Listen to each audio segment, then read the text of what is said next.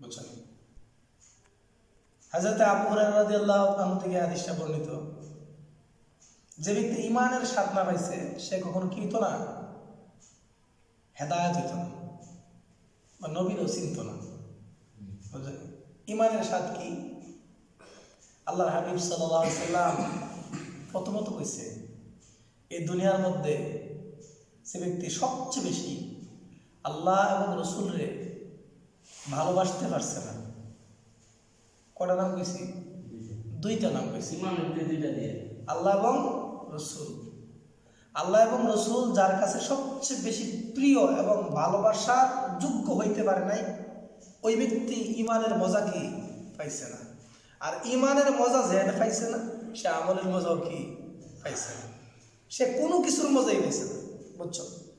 অহন যে ব্যক্তি ইমানের স্বাদ পাইছে না, ইমানের মজা পাইছে না, প্রথমতই কি আল্লাহ এবং রসুল। এই দুনিয়ার যত কিছু আছে সব কিছুর চাইতে আল্লাহ এবং রসুলের যে ভালোবাসতে পারছে, আল্লাহ রসুল কইছে সে ইমানের মজা কি পাইছে। আর এই ইমানের মজা যে পাইছে সে নবীর কি চিনতে পারছে।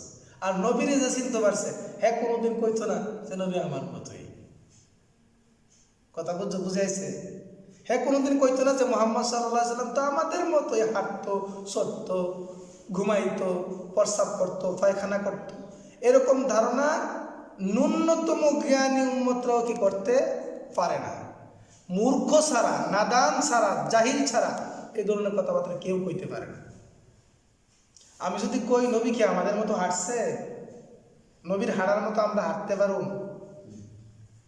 লা হাওলা ওয়ালা কুওয়াতা ইল্লা বিল্লাহ, চরম দরজার বিয়াদবি। নবী কি আমাদের মতো খাইছে? ধরো নবী সাল্লাল্লাহু আলাইহি সাল্লাম, ধরো আল্লাহ রাসূল হাদিস শরীফের মধ্যে কইছে উনি এমন ভাবে হাঁটতো, সোজা জায়গাতে হাঁটলে বোঝা যেত নবী সাল্লাল্লাহু আলাইহি সাল্লাম নিচের দিকে নামতেছে। তাহলে বুঝলা কি আল্লাহ রাসূল মাথা নোয়া হাঁটতো। বুঝছো? নিজের বুক রে ঢালু করে হাঁটতো, এভাবে বুঝা করে হাঁটে নাই। এটা নবীর আদর্শ। কিন্তু এখন আমরা জানছি যে নবী সাল্লাল্লাহু আলাইহি সাল্লাম নিজের মাথাটা নোয়াই হাঁটতো, ঝোলাইয়া হাঁটতো, বুকটা নেশায় হাঁটতো। এখন আমি এখন শিখছি, হাঁটতেছি।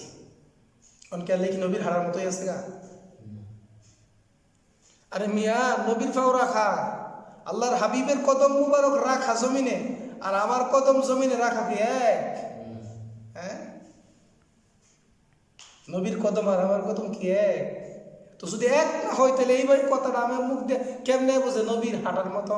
নবী তো আমাদের মতো হাঁটতো, নবী তো আমাদের মতো চড়তো, নবী তো আমাদের মতো ঘুমাইতো, নবী তো আমাদের মতো খাইতো। এগুলা কেমনে নবীর সামনে ব্যবহার হয়? একটু কি আল্লাহর ভয় লাগে না? হ্যাঁ, নবী তো মানুষ, নবী মানুষ। এটা কি আকায় ডাকিদা? নবী কি মানুষ, কিন্তু নবী কি আমাদের মতো মানুষ? আলতু ফালতু কখনো না।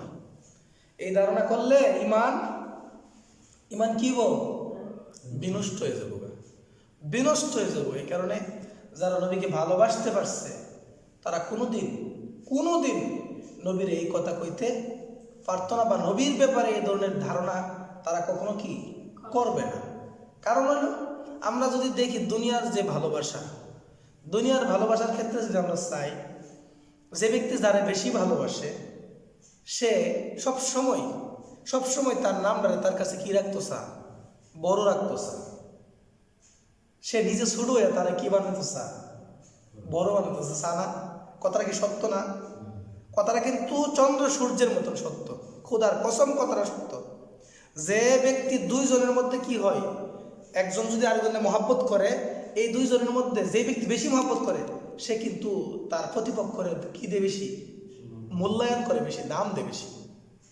তো দুনিয়ার কোনো ব্যক্তিত্বের ক্ষেত্রে যদি ভালোবাসাটা এরকম হয়, আর আল্লাহর রসুলরে যারা ভালোবাসে তারা কি কোনোদিন এই কথা কইব যে নবী আমার মতোই খাইতো, আমার মতোই হাঁটতো, আমাদের মতোই চলতো, আমাদের মতোই ফিরতো, আমাদের মতোই ঘুমাইতো, আমাদের মতোই বিবাহের সাথে করছে?